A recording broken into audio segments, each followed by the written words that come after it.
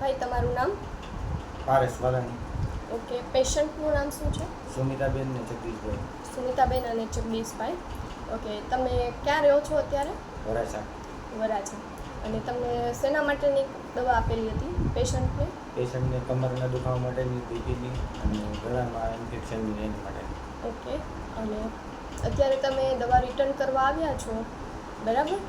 તો કયા કારણથી રિટર્ન કરો છો?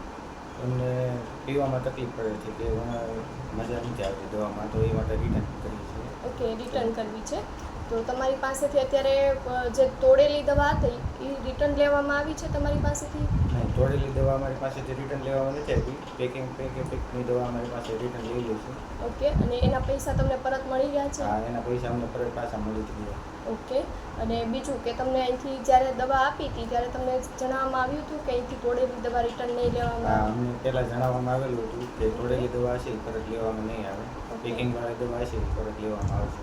ઓકે, અને તમે કાલે સાંજે ફોન કર્યો હતો તમને ત્યારે પણ સમજાવ્યું હતું ને? હા, કાલે ફોન કર્યો હતો ત્યારે પણ મેં કીધું હતું કે પેકિંગ કરેલી દવા છે એ રિટર્ન લેવામાં આવશે. ઓકે, કંઈ વાંધો નહીં. આજે જ શ્રી રામ સેવા સંસ્થાન ટ્રસ્ટ બગસરા દ્વારા સંચાલિત યોગક્ષેમ આયુર્વેદિક હોસ્પિટલની મુલાકાત લો. Thank you.